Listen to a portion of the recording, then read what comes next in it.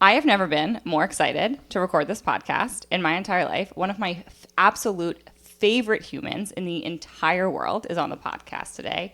She is a registered bariatric sports dietitian, and she is at Active Bariatric on Instagram. Her name is Kim Tirapelle. Hi, Kim. Yay! Hi, Hey, welcome. Did I get all of that right? You did. Bariatric sports dietitian. How you doing? I am doing great, thank you. I'm super excited to be here and talk with you guys because I've listened to your podcast, and I know I've mentioned this to you guys before. I always feel like I just like need to either I have to have like coffee or like a glass of wine and just like pull up and listen to your podcast because it's very I'm just totally entranced the whole time. Like I'm entertained the entire time. I'm like listening to everything, and I just find that you guys do a great job. So Wait, I'm hearing a new idea. Thank you. I've been wasting my time with this coffee. We need to be having a glass of wine while we record this. Wow, I wouldn't have spilled that on the floor. Guys, we can't talk about stuff like that with Kim because Kim happens to be my dietitian, and I'm currently working on less alcohol right now. So. True. They make some really good zero Aren't we proof all? options. No, I'm zero proof. F that. I'm not. If I'm not getting tipsy, I'm not doing it. Okay, Kim, I want to do a little background on the 6 degrees of separation or whatever. I actually found out about you from Allie. I was starting to work out, and it was Allie who listened to your podcast and followed you and was like, this woman knows the stuff. Like, listen to this. I started listening to you. I listened to your panel at Bariatric Retreat last year and was like taking crazy picture screenshots, like, give me all the information, give me. And it was these two bullies that convinced me to run. There's one bully.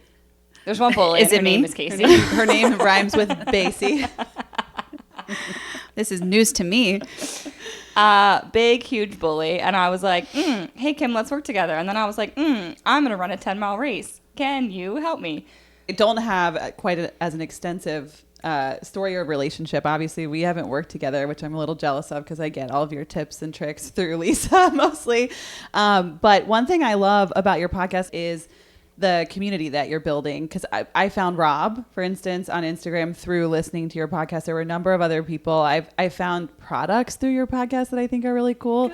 And I want to definitely talk more about that. But can we start with like what your story is? Like, how did you find this path? So I had always played sports. I was always into just, activities and things like that. And went in actually University of Illinois in kinesiology degree because I wanted to be a teacher. I thought I'd be a high school, PE, health, biology teacher. That's what I had all my endorsements in.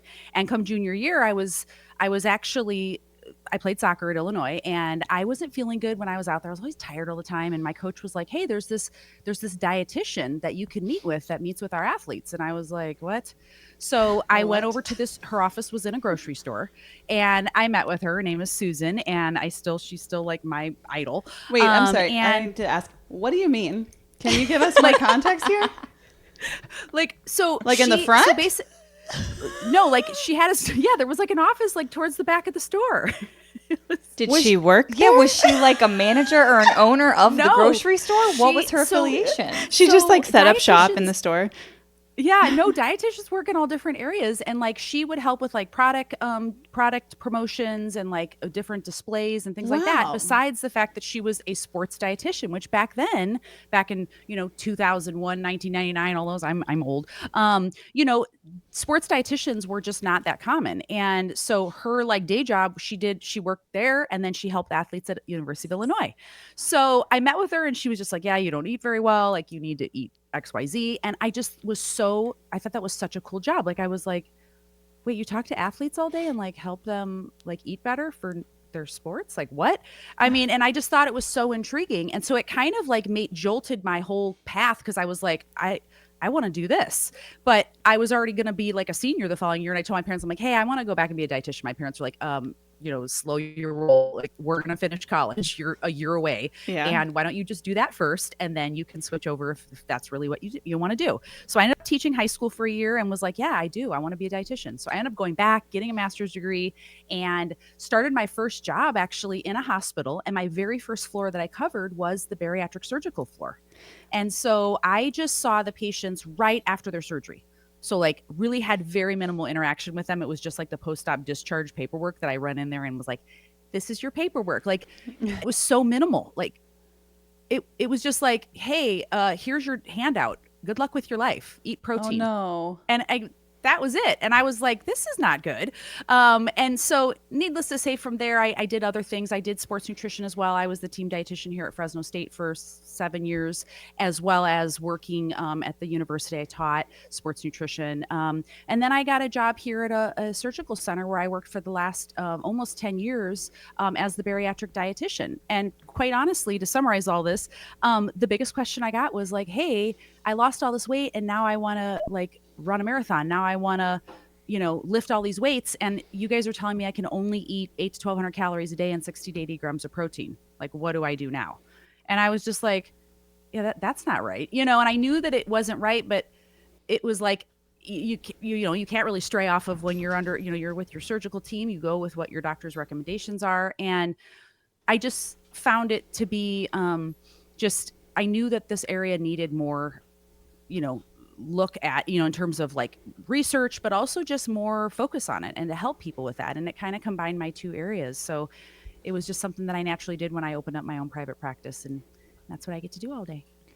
That's awesome. It's incredible. I'm curious, how did that come to fruition for you? How did you go about like gaining the understanding of what a bariatric needs? I mean, honestly, a lot of it was trial and error, folks that I started, that I would work with at the hospital and they'd come back to me because I would do follow-ups with them. And I would just be like, hey, you're to a point where you're training for a half marathon and you're still eating like 50 carbs and you don't feel good and you're fatiguing and you're not able to complete your workouts.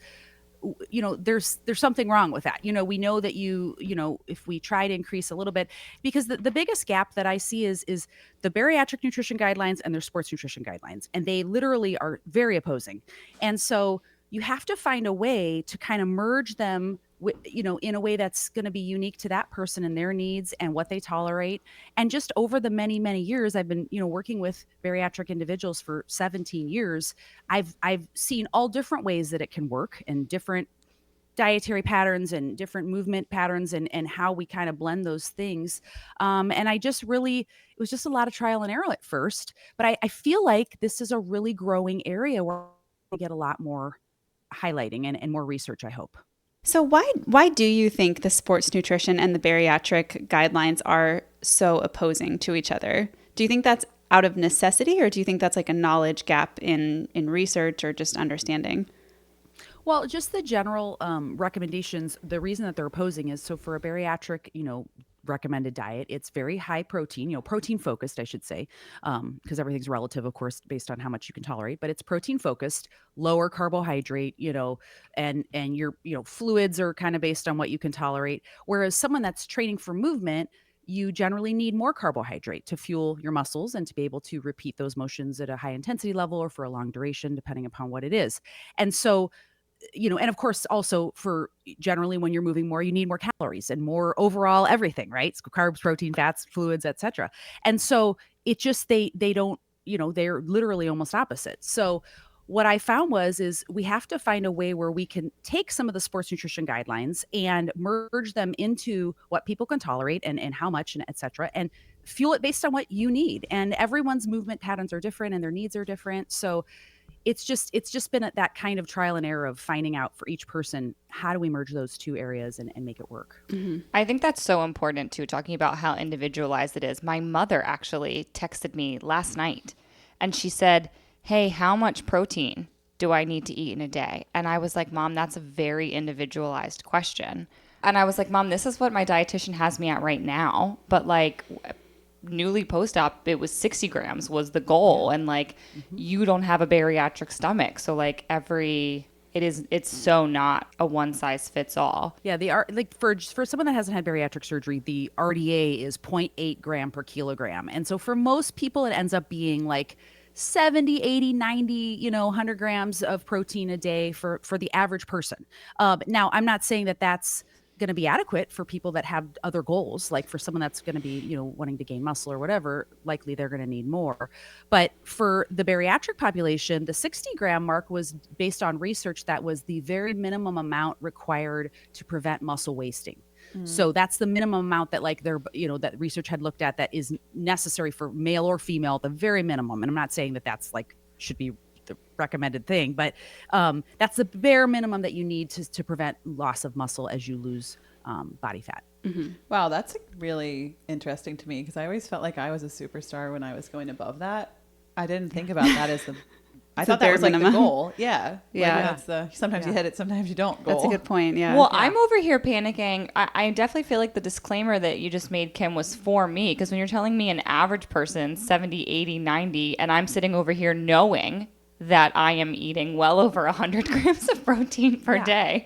And that's the type of stuff that makes me feel like a terrible bariatric patient. No, and what I would say with that is that's the minimum amount to basically keep your body like in like what they call nitrogen balance, which means your body is at all times, it's breaking down protein, building up protein. And so that's been kind of the suggested amount. And again, it's going to be based on your, the 0.8 gram per kilogram is the RDA for protein.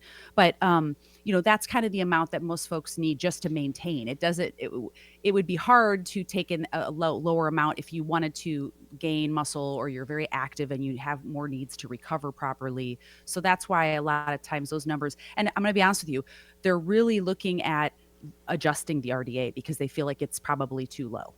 That's why I'm surprised that that's the bare minimum because there were days I didn't hit 60 and I had a protein shake every day with 30 like early on. But I also panicked because recently I'm working with Rob. I don't track anything. I think we talked about this. I don't really like to. I don't want to unless I have to. And Rob gave me the goal of 203 grams of protein every day. And I literally was like, oh yeah, I'd probably definitely do that because I always believe that I'm doing fine, even if I'm not. That's how I got to 300 plus pounds. But I tracked for like 20 minutes and was like, I'm not doing that anymore. I guess I'll just figure out. I guess we'll just see if I gain muscle or not. And it's anybody's guess because I was like, that's insane. But anyway. I think that is insane. I don't know. 203 is a lot. Yeah, I actually typed into Chat GPT, give me a meal plan that includes 203 grams, like all the macros he gave me, and it gave me some other stuff that I was like, oh yeah, I haven't been doing that. I'll like egg whites instead of eggs. I never use egg whites, but I'm like, oh yeah, I guess I could amp that up a bit. I am literally on day 2 of having egg whites, and I can't like adding them. This is my new breakfast. I take 2 eggs and I add a serving of egg whites to them and I scramble them and I put some cheese in them with some turkey bacon, and it's like, I want to say it's 37 grams of protein. It's a stupid amount, yeah. When I tell you that I am eating that, I have never felt full for so long in my whole life. Yeah. Like I literally, and Kim is going to say something to me later offline because she's telling me I need to be fueling earlier. But when I tell you that my log is going to show you I had lunch at 4 p.m. because those eggs were so filling, I'm like, oh, this is it. Egg whites are solving all of my problems. Thank you very much. And I'll just say too about like these calculations and things like that we're talking about, like, they're not always right for every person. Right. And, again, this is where that learning your body and listening to your body, listening to the tool and, if you're full, you're full. I mean, that's why, when I hear folks are told to eat, some really high amount of carbs or something like that, it's like, yeah, that might not be realistic for someone's had bariatric surgery. So you have to kind of think about the balance of, like I said, there's all these great guidelines and numbers and things that we can calculate. And if the person can't do it, they can't do it. You know what I mean? So I always try to look at it as like meeting people where they're at and saying, okay, what are some changes we can do in incremental ways that are going to make it more realistic for you so that you're not feeling like you're, having to eat X amount and feeling like it's too much or it's too big of a jump, or these are foods that I can't tolerate in larger amounts because I'm too full. And you have to kind of make some small changes, and that's okay. And it's okay that it takes longer. Sometimes it's going to take a little longer to make dietary changes, and that's okay. So I think that's really interesting in terms of how, you're saying how you adjust things based on capacity and ability to eat it. What's your take on the role of protein supplements in that number? Yeah.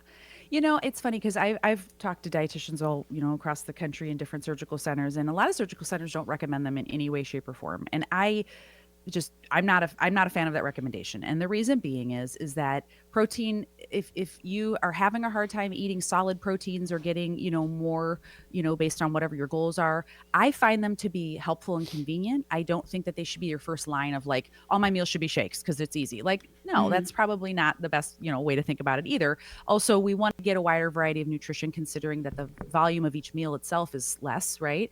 So I'm a fan of them because I find that for some folks, especially after working out, they're not hungry. And so it might be an easier way to get some nutrition in to help that, start that recovery process. And so I generally speaking, if someone says to me, like, I'm having, a one shake day, great. Or if they're like, I'm having one scoop in the morning and one scoop later because that's how I can get in more. Or it's, for example, some of my vegetarian or vegan athletes, it's really hard to eat adequate amount. I'm okay with that. Once we get beyond that, then I'd say, okay, we need to take a look at your intake and is there other ways to optimize what you're eating and, try other things that we, so they're not just relying on shakes. Cause I also don't want it to be a supplement heavy where we're getting away from actually really eating food. Yeah, that makes sense. I didn't realize there were people that said that you shouldn't have them. I didn't know that either. Yeah, I had, oh gosh, yes, I've heard it all. I've heard surgical centers, no dairy, no shakes, no any kind of soft calories. So things like yogurt, cottage cheese, like scrambled eggs. I was like, what the heck are these people supposed to eat then initially? That's like all I ate for the first couple of months. The guy's egg drop soup. I'm telling you, egg drop soup is where it's at. Yeah. So Kim, it's kind of different. Like in that vein, what would you say are like the biggest misconceptions that bariatric patients have around fueling and moving their body after weight loss surgery? Well, I think it's both a misconception, but also just not, you don't know because there hasn't been a lot of information out there for people to glean on and like use. And so of course, I guess the biggest thing would just be like, I'm never able to eat carbohydrates ever. And sometimes I find that people think that they're not eating carbs, but they are because they're eating fruits or vegetables or, you know what I mean? And they're having yogurt that has carbs, so sometimes it's just like a misunderstanding of what they're actually doing. But I find that, what folks try to steer clear of is as they are having increasing movement goals, whether it's I'm going to go from a 5K to I'm going to run a 10-mile race or I'm going to do a half marathon, and they're still trying to utilize those bariatric guidelines, which is like, minimal carbs as possible. They find themselves that they just can't sustain what they're doing. And so then it's like we get to that awkward point of like, oh my God, I'm breaking the rules kind of thing. And it's like, you're not breaking the rules because we're not telling you to eat all the carbs, and just totally disregard your bariatric guidelines. We're saying we've got to find places and times to put them in so that your diet's a little bit more balanced. So you're getting the fuel that you need. So I would say that's probably number one. I'll tell you the other one that I saw just in clinic all the time, which was I don't have to take my bariatric vitamins and minerals for my whole life. I only have to take them for as long as my labs look good. I don't need to take them anymore. And I actually had a doctor that would tell patients, your labs are normal. You don't need to take those anymore. And I was like, oh. But aren't they normal because they're taking them? Because they're taking them. Yeah, that's exactly. Yeah. Yeah. So I have heard that one quite a bit. And this is a reminder too, when folks become more active, vitamins and minerals play really important roles in the chemical reactions that are breaking down your food into energy for your body to use. And so if you have deficiencies, that can then play a role in, your fatigue level and your ability to recover, so that's a really important one too that I always hone in on with folks. You're taking your vitamins, you're getting your labs done every year for life. This is never like, there's no end date. There's no finish line we cross that we can stop taking those. So those are a couple really popular ones that I, dispel quite a bit. Yeah. So I'm curious, as you were talking about kind of the idea that people think they can never have carbs again or things like that, how do you balance someone who has a movement goal, like running a 5K, running a half marathon, but they're also trying to still lose weight post-surgery? Yeah. Honestly, when I work with folks, I ask them to kind of grade or weigh what's their most important goal right now. And so, because for example, if it's for 5 and 10Ks, honestly, the diet doesn't have to change dramatically. It really doesn't. We just need to kind of strategize with adding in a little bit more carbohydrate, probably pre and post workout, and maybe trying to incorporate a little bit more at meals if possible. You really cross that threshold of like needing more carbs and like changing that once we get over like an hour and a half and beyond consistently, the mileage, especially for endurance activity. And then also I would just say too, folks that are trying to gain muscle, like really want to put on mass, like muscle mass, that also requires more calories, et cetera. So I have to kind of, I try to say to folks, okay, what is your actual main goal right now? If they really are like still, hey, I'd like to lose weight. Other thing I try to educate folks on is like, I'd rather we focus on body composition and instead of just the number on the scale, because I find that the number on the scale can be such a jerk. It can be so, Yeah. Preach. yeah, it's, we all talk about this. So it's like body composition and think about how you have changed your body after having bariatric surgery. The number on the scale doesn't always tell the story. And so are you gaining muscle? Are we losing body fat? So I try to shift to folks to look more at that rather than just the number on the scale. But to get back to your initial, it's about really what is your top priority, and we focus the nutrition around that. Yeah, that makes sense. I want you to talk a little bit more about your approach. You talked a little bit about it a few minutes ago, just in terms of baby steps and meeting people where they're at. That was something I really appreciated about working with you, because I think a lot of times people have this all or nothing mentality, and or they get feedback or direction from a dietitian or a nutritionist, and that it can be overwhelming. And I just wanted you to talk a little bit more about that, like that your particular approach and taking baby steps and how you see success in that way. Yeah. Like I said, having had bariatric surgery, it's really hard to, understand exactly, when we go through that rapid weight loss phase, our metabolism decreases because, of course, not only are our overall, weight is going down, but we're losing muscle mass oftentimes, hopefully limiting that as much as possible. But your metabolism is changing over that time period too. And so what I find with folks is we get to a place where they build up that, they've had their surgery, they go through that rapid weight loss phase, they get to kind of like a stable kind of place. Okay, whatever that might be. Maybe it's 8, 9,000, 1,200 calories. They get where they are holding there. And then they go, hey, I'm going to start going to these classes. I'm going to start doing whatever the goal is. And they realize that, yeah, this amount is generally, it's not able to sustain what I want to keep doing. And so that's where the intervention point comes, which is, you don't go to someone that's had bariatric surgery. Okay, cool. I did this RMR equation and you actually need 2,200 calories. Let's go. Like, that's totally unrealistic. And when I hear folks come to me and they've had that recommendation, I'm just like, whatever the calorie is, you know what I mean? Like, it's whatever it is, it's some ridiculous jump. And I just don't think that that's a realistic way to go about it. And honestly, it wouldn't matter if you'd had bariatric surgery or not. If someone told me you need to double your intake or reduce it by half, that's very unrealistic. So in my years of working with folks one-on-one, I have found that the best approach is, where are you at right now? Where can we kind of build some momentum? Where can we make some changes first? And then from there, when the ball gets rolling and we're feeling good and like, okay, now I feel good here, let's go up or let's go down or whatever it might be, you can really make some changes and be building on a positive, like, a positive feeling, like a momentum that is going in the right direction. And of course, we all have obstacles and hit plateaus and things like that, and that's frustrating. But again, I just find that, especially for someone that's had bariatric surgery, though, you can't make these big jumps. They're just unrealistic. Kim, how often do you find that people come to you with an accurate image of their starting point? I'm thinking, for me, listening to you talk, that sounds great, but like, I have no idea where I am. And I said about Rob earlier, and we talked about, like, I don't want any of the nutrition stuff right now because I feel good and I'm loving this like balance. And he gave it to me anyway, just like in case I wanted to see. Like, how often do you feel like reality and when people first come to you, the perception of reality is, how closely are those linked? I would say most of the time when folks come to me that, they still want to maybe, lean out a little bit more or whatever, lose some more weight or whatever. And oftentimes I find that, like, a lot of the thoughts that they had before surgery or the ways that they went about things they're not always gone. You know what I mean? They're not, they're present. And, a lot of times we have to address those things, and that's why I think with the scale, particularly, it's such a mind game, and it can be something that's not accurately showing exactly what's all the good things that you are possibly doing, So I find that I have some folks that are kind of are struggling with some things from, prior to surgery that we need to address first.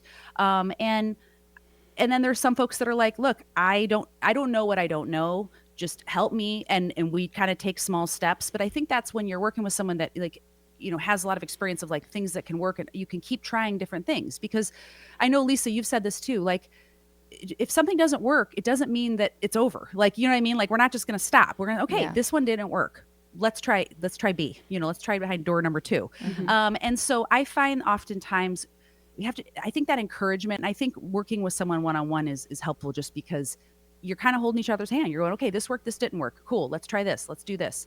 And you just have to kind of take it from there. So it's hard to say like there's a set amount like of people that come with misconceptions. It's just, I just think like I'm thinking, oh yeah, I eat a ton of protein, and then he gives me a number and I track it for a day, and I'm like, nope, not as much as you thought. Like, like you said, the carbs. That was me when I started working with Kim in the, it was like, okay, we're going to slowly increase your calories. Cause my trainer was straight up like, hey, I need you to eat more. I can tell you're not eating enough. I need you to eat more.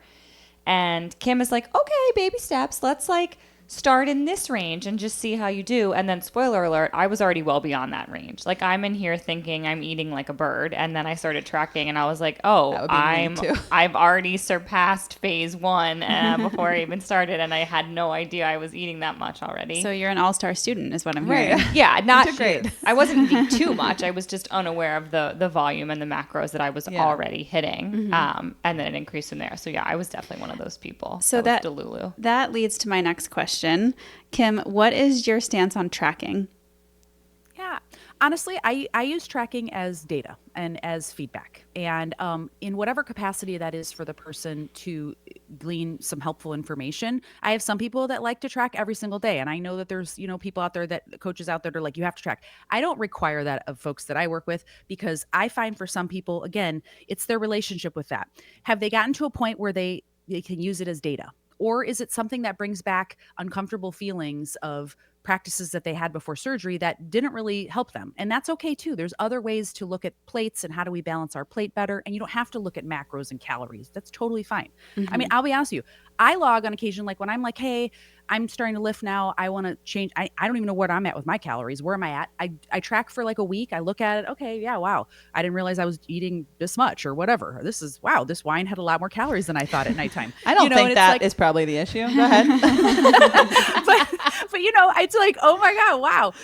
And so I find it to be a helpful tool if the person thinks it's a helpful tool. And if it's not, we can find another tool. But in my personal opinion, I do think it can be helpful for folks to just, because especially after you've had bariatric surgery, your calories are completely different than what they used to be, right? And so some folks they never maybe knew what they were doing before the surgery, and now they're really like, wow, I didn't realize I'm eating this little or more than I thought.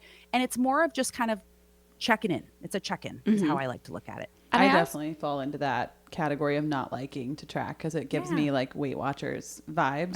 I don't care what the result is as much. I'm not tied to like I don't care how many calories I had. I don't care how much fat or protein, whatever. I care about the physical act of getting on my phone and tracking every single food. That makes me crazy.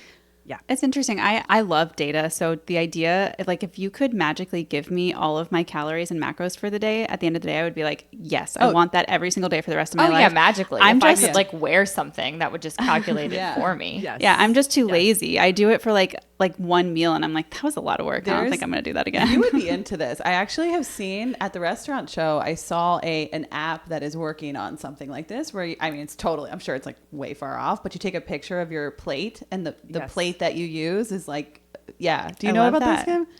Yeah, I don't know the brand. There's similar apps that are out there already that you can take pictures, and it's supposed to basically kind of assess the volume, and then it gives you a calorie amount based on what that was for the meal. I'd be into that. I also struggle with the plate method because I like to eat things that are all mixed together, and I am so bad at that. Where I'm like tonight I had kaizen rice with an orange chicken that I made, and I heated it all up in the same thing that I cooked the rice in. And I'm like, I don't know, it's just a guess. Yeah. And what I would say with that is like, in general, like when you're first starting on a new goal, it can be helpful to go, okay, let me at least estimate. Okay, so that was a half a cup of rice. That was 3 ounces of chicken, and that was a cup of broccoli or whatever it was, and then from there on, like those are my typical portions, because, there's no one eats exactly the same or the exact, but if you're starting a new goal, my suggestion would just be, okay, I'm going to just see for maybe a day or two, what are these actual portions that I'm having? Yeah. Check it out in the log. Okay, cool. Now I kind of have a ballpark figure as to where I'm at. And then it's like, okay, from there, I know I can add another ounce here of protein to get some more protein in. I can add whatever, you know what I mean? Totally. So I see it. I think it's great. I just struggle with it. I get it. The thing I struggle with, and I also think it's worth pointing out too, Kim, that like just because one thing works for you at one point in time doesn't mean it always has to. Like you and I have done this dance where I am really diligent about tracking, and then I'm like, I need a break, and you're immediately like, okay, no problem. Here's how we're gonna pivot from there. Like there is no one size fits all. My issue is like I'm very type A, and like if the number is not completely accurate, I am like, no, it's not. I'm doing this to give Kim data. And like, if the data is not accurate, how can she possibly? See, and I'm like measuring every ounce. That's how I feel. And I'm not type A. Oh, I'm the total opposite. I'm like, that feels like about 3 ounces. Well, I think for me, I'm like, if I'm going to do it, I need to do it right. I'm in the Lisa camp on this one where I have to like get a scale out and have it measured every time. So I want to know. Yeah. My theory is like, at least I'm closer than if I didn't track it. That's true. Yeah, no, even like if I eat out, I'm like, never mind, I'm not tracking today because I have no idea unless it's like something like Chipotle where they have all of there. But I'm like, if it's just like, I'm like, I have no idea what this is. I don't know how much oil they use. I don't know. I'm just not tracking today. This is too stressful. Like tracking before surgery was much easier because I would make something, track it, and eat all of it. And now I made it, tracked it, and now I have to go back and make it 3/4. Is it 3/4? Is it half? Yep. Is it like how am I feeling about it? That's it's a whole actually thing. A very It's fair a circus point. for me. It is a fair point. I can't get out of this. Well, and I too for me, like sometimes when I track, I notice I'm paying more attention to the numbers on the screen than I am to the cues from my own body. And it's like a retraining of my brain of like, just because this app says one thing doesn't mean it's okay to not listen to my body. If I'm hungrier one day, it is okay to eat more. And if I have less of an appetite one day, I don't have to force myself like that. The body still comes first. And in terms of like Kim, this is something I learned from you that I want you to tell the people, and maybe they already know. I was mind blown. That nutrition labels have a margin of error. Can you shed some light there? I'm never tracking again. I know. You have solidified my decision. It's like a 10%. Like I think they're supposed to be within 10%, like plus or minus. But that's a lot. So even that is a lot. Is that why I never lost weight before? Yes, must have been. That's it, Allie. I know. And again, but that's why I always, I don't think journaling every single day for the rest of your life. Now, are there people that do it? Yes, there are. So I'm not trying to put anyone down. I'm just saying for the majority of folks, it's tedious. It's time, it's like kind of like, okay, I just went to this restaurant. How do I track that? I totally understand. And I hear what you're saying. I think it's more of a tool, just like you just said, Lisa, which is there's a time and a place. Sometimes there's a season that it might be helpful for you based on certain goals. And there are other seasons where it's like, I'm not doing this right now. It's not happening. I don't care. or I don't have time for it, or you know what I mean? I'm also type A, similar to you, where I like to have things accurate. But yes, there is, you have to, coming with that understanding of there is some error. I mean, it's not perfect. Kim, I just want to ask you then, who do we sue for the for the nutrition facts? Lisa, was it you that when you started working with Kim, you could hide the macros and calories and stuff so that only your partner could see it? I like that. Kim did that for me. Because I was noticing I tracked pretty like regimentedly. Is that the right word? When I was training for the 10-mile race that the three of us ran. And then I found that it was becoming after the 10-mile race. I was like noticing I had gained more because what happened is I was training for a race and I was fueling for said race. And then I ran said race and stopped training and continued to eat like I was training for a race. And I was in fact not. And I was not running at all because I was in physical therapy. From injuring myself from the race. So I gained some weight and I was like, I need to track. I need to figure out how to get this off of me. But I was finding that the tracking was really restrictive and that it was leading me to more restrictive eating behavior and focusing on like, oh no, I would have eaten this, but since I'm tracking and now I can see it, I don't need to eat. Just go to bed. Like you don't need to eat. You're fine. And so I went to Kim and I was like, I'm struggling with this, and she could literally turn off. That's really cool. But then I would check in with her 5 million times to be like, I can't see, so I don't know if this is the right one, but like here's a picture of the label. Did I get it close? Can you give me some hints how I'm doing? Get just a thumbs up or thumbs down emoji. Yeah, would be fine. Like give me a little wink if things are going okay. That didn't last very long, and then I was like, just turn them back on. I can't turn them back on. I was asking because I didn't know that was a thing. Yeah, I didn't know that was like an option for people like me. Okay, I do have a question. I would love to hear what you think about the concept of intuitive eating. In fact, I remember when I first became a dietitian, I actually did a whole course on intuitive eating because it was kind of a newer concept that Evelyn Tribole was kind of the spearheading, and I forgot her partner that did it. But I found it intriguing in that I think we were getting away from, the whole clean your plate club was opposite of that, right? Which was, you have to clean your plate. You put this on your plate, you got to eat it. If we don't eat it, there's people that don't have food and wherever, and they're suffering, or, what I mean? Like that whole kind of guilt kind of a relationship with it. And so intuitive eating came around and kind of changed, I know, at least practitioners' mindsets on how to counsel and work with folks on tuning into your body's, cues more, which I think was helpful. I just find for some folks, it helps for a time, and then if they're not seeing results or whatever, then they're like, is my body telling me the right cues? Am I listening to it? And what I have found is that oftentimes when folks have maybe gotten out of like skipping meals a lot, or just like you don't eat all the way until 5 p.m. Well, your body kind of over time gets used to that type of pattern, and it's not going to send you those cues anymore because your body's like, well, she's not going to eat till 4, or whatever. And what I have found with folks is that when they're trying to initiate that, they don't think that their body's working. It's like, well, you have to kind of almost initially kind of just go back to kind of a set pattern, and then you can kind of start to learn a little bit more about what your body's telling it, and when you're full or whatever. So I think it's a concept, and I think it's something that people can utilize every day, and they in some capacity. And then utilizing other tools like when necessary, like a journal or something like that, to give them more feedback that's concrete, that they can see, okay, this is how I felt. I was feeling full. I stopped. And then they can combine it with other things to see, okay, what did that actually give me? I think that's really interesting what you mentioned about kind of your body getting used to patterns, because I think for me, what I've noticed is pre-surgery, I had no concept of intuitive eating. I could not tell you when I was hungry, when I was full, what I was craving, what I wasn't. But now I really feel like I'm so in tune with my body's cues. But I think that makes sense in the way you just described it, because I had this really long period of time of establishing habits in a very regimented way where I tracked everything, I measured everything, I had specific goals. And so it makes sense to me that intuitive eating didn't just happen by chance. It actually happened because of those those steps that were put into place for so long. And I think that I never thought about that, which is cool. Yeah. Well, and I think too, Kim, you touched on a little before, the way that it was kind of explained to me is that like you've broken the trust with your body. Your body no longer trusts you to give it what it needs when it asks for it. So the first thing you have to do is rebuild that trust. Yep. My understanding is it's the same reason why you go on like a fad or an extreme diet, is that you lose weight and then you gain more, because your body is like, well, I don't know when she's going to do this to me again, so I'm going to hold on to this stuff because I might need it. And that you really have to go back and like establish that trust first.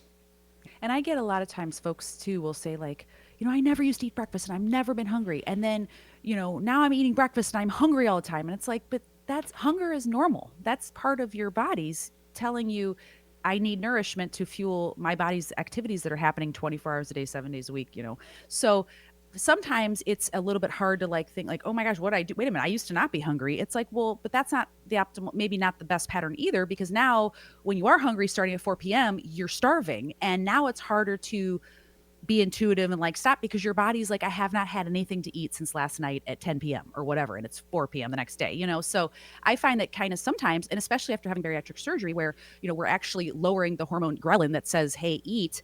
And that's okay. That's part of that surgery. A lot of folks really have minimal appetite, and it just really depends then on, okay, I'm taking an X amount of calories based on this is when I'm hungry or full or whatever. But and the people that I work with, like now I'm starting to exercise more or move my body more and do this cool goal. Either they're finding that they're too tired in the workout, so they definitely need something more, or all of a sudden their hunger cues are like starting to increase and they're like, uh-oh, is that normal? And it's like, yeah, that's normal. That's okay. Mm-hmm. What do you think? So for somebody that is interested in incorporating more movement and learning how to fuel for their body, and they want to work with someone like you, what are the things that you look for that are important for that person to already have in place? Well, in my case, usually if someone comes to me and they're only like 3 or 6 months post-op, I don't generally, those aren't clients that I can really help much with because their intake is so limited at that point, right? Their diet's still pretty limited in what they can eat, the totals, etc. For the folks that I generally work with, it's like, hey, we've gotten past that initial phase of the rapid weight loss phase, or the diet progression has gotten to a place where it's pretty stable somewhat, and whatever that calorie level might be.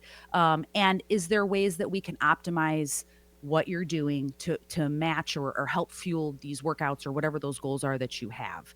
And so the time for me, that's one of my hard and fast, I would say, because I when I first started, I kind of was like, oh, I can work with anyone because I work with people all over the spectrum.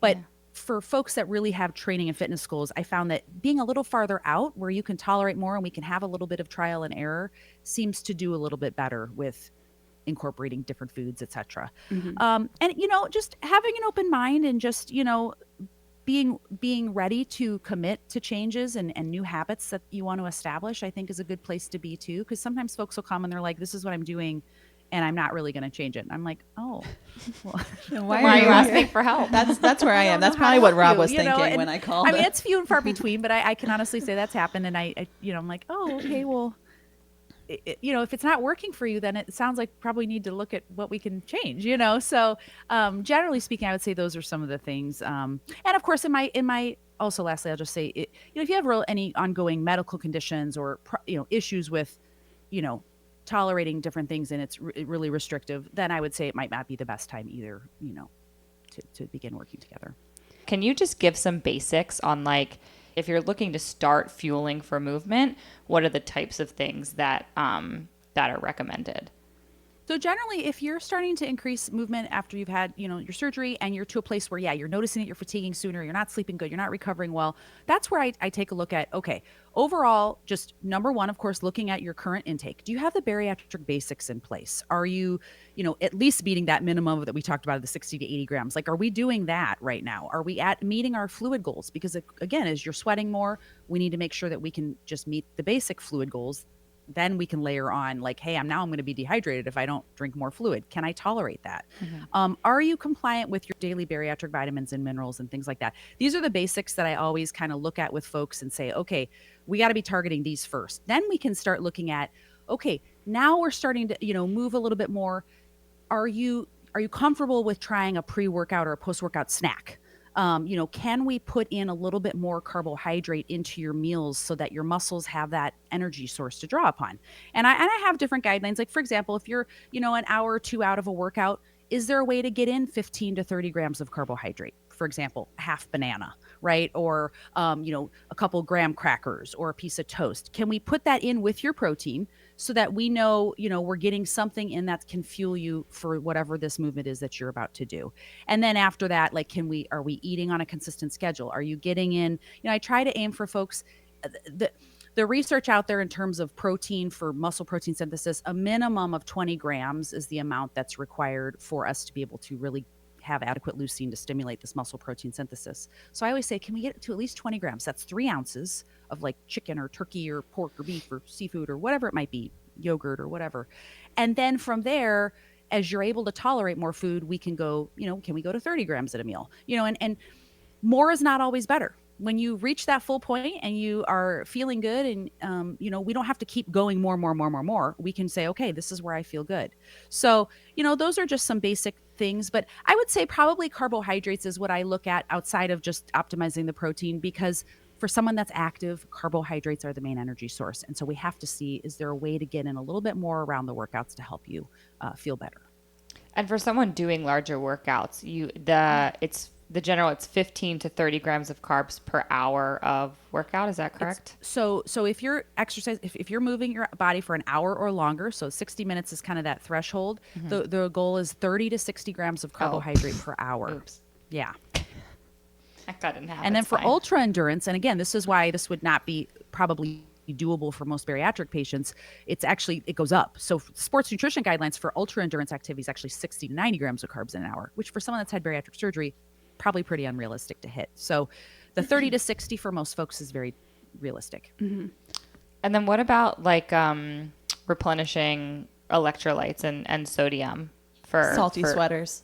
Mm-hmm. For the salty sweaters. The salty sweaters with the white brim. Yeah. I'm one of those people, by the way. I always came home looking like I had like a beard. Like, what happened? And I was like, here comes old man mom walking in with my beard. Neck roll. So that's, anyways, if that makes you feel any better. so the general for electrolytes during like endurance training, aiming for about 250 to 500 milligrams of sodium per hour. And that can come in the form of your liquids that include electrolytes, some gels and goos and things like that. Products will have some, but generally speaking, you want to make sure that your liquid is going to incorporate that. And I'll just highlight a big misnomer that folks kind of get confused is they think, like, oh, I should be doing the Prime or the coconut water and things like that. Prime is coconut water basically, is very high in potassium. It's not adequate in sodium. And so when people are sweating, we are losing a much higher proportion of salt to potassium in our sweat.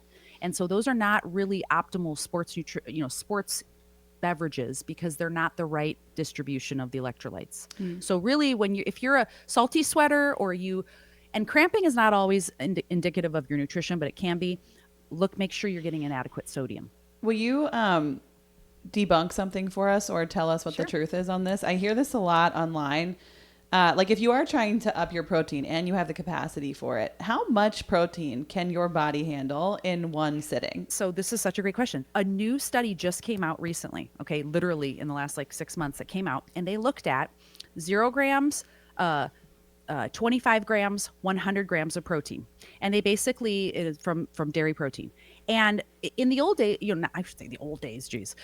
In the last decade or so, a couple decades, we've always thought that some amount of 20 to 40 grams at a time was basically the max amount that your body would utilize for muscle protein synthesis. Now, remember, your whole body is using amino acids in your brain and your liver. I mean, they're being used everywhere, right?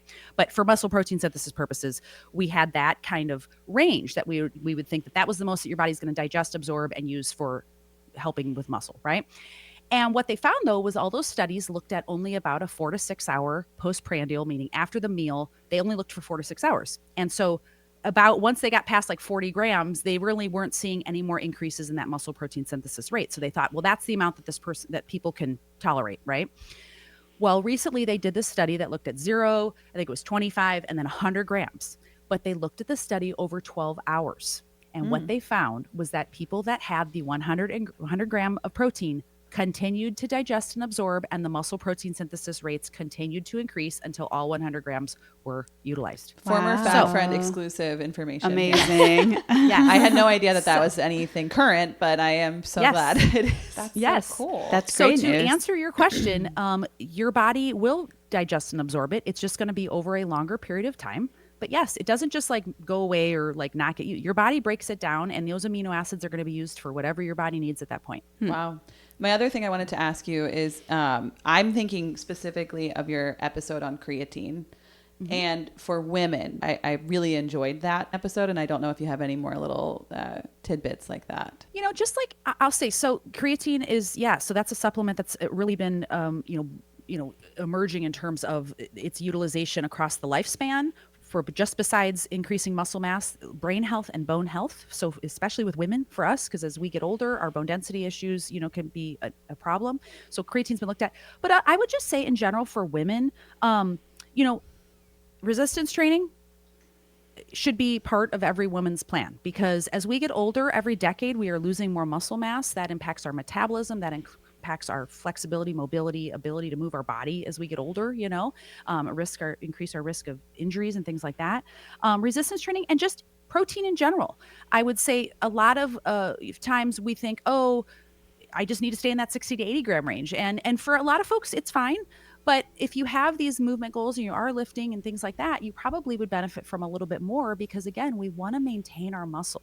And so when we're in a caloric deficit, we do not want our body to break down muscle tissue as an energy source. We want to keep it. So we want to provide ample protein so that our body's like, okay, cool, I can keep this fueled, right? And keep these proteins over here, as muscle. And I can utilize body fat as an energy source, more easily. So I would say the biggest things besides creatine would just be incorporating resistance training and really making sure dialing in our protein, especially as we get older, we go through perimenopause and all those things. So that's awesome. Yeah, great advice. We talked a little bit earlier in the episode about how the scale can be a jerk, and that it's not always the best measure of success. Can you talk about some other ways that you encourage your clients to check in on their progress and to measure success that don't involve the scale? Yeah, absolutely. So if you don't want to just, I mean, I'll just say, so I've talked about body composition, which gives us a little bit fuller picture of the compartments in our body, you know. So of course, the body fat, muscle, of course, there's bone and organs and things like that. But that at least gives us a little bit more view as to what's actually happening in our body. What are we made of? That's why we're moving away from body mass index, which is just a ratio of height to weight. And we're finding, especially in a population where, you know, we go through this rapid weight loss phase and we may be losing some muscle, we don't want to just go off of weight to height ratio, because if you're sacrificing muscle, that's not also good either, you know. So we want to move away from that. But other things I would just say is, are you sleeping well at night? Are you recovering? Like, are you, you know, how are you recovering after workouts? Do you feel like you know, okay, I'm sore for a day or two, but I'm able to continue to work out? So if you feel like you are doing good, that's like, okay, great. I must be getting an adequate nutrition. Also just overall energy level. Like, does every day you just tank at, you know, 2 p.m. or is every day you just feel sluggish at a certain point of the day? It's like, okay, is my nutrition good? Can I optimize it there? You know, how do I feel with that? And of course, I would say measurements can be a good way to look at progress too. Pictures. Some folks like to do comparison pictures and things like that. Sometimes we don't really believe it until we see it in a picture and we're like, oh, shoot. Okay. Those are just some other ways. And I would just say, lastly, just things that you maybe are able to do now that you couldn't do before. You know, that's exciting. Like, stuff that you've never been able to do that you're doing now and you're nailing it. I mean, that's like freaking awesome, you know, and that in and of itself is a victory, I would say. So I like to use those different things as well as just, you know, looking at just numbers all the time. Kim, thank you so much for joining us tonight. I have learned a lot in the last hour, and I think our listeners will learn a ton from this too. So thank you so much for being here and sharing all of your knowledge with us. It's been fantastic. Oh, thank you for having me, you guys. I really appreciate it. Yes, thank you so much. I hope this was valuable for everyone. It was super valuable for me. If people want to learn more and follow you, you are at Active Bariatric on Instagram. Yes. And if you want more Former Fat Friend podcast, we are at Former Fat Friend Pod. I am at Leaning Into Lisa. I'm at Maintaining Casey. And I'm at Allie's Losing It _RNY. We'll see you next time. Bye, guys. Bye. Bye.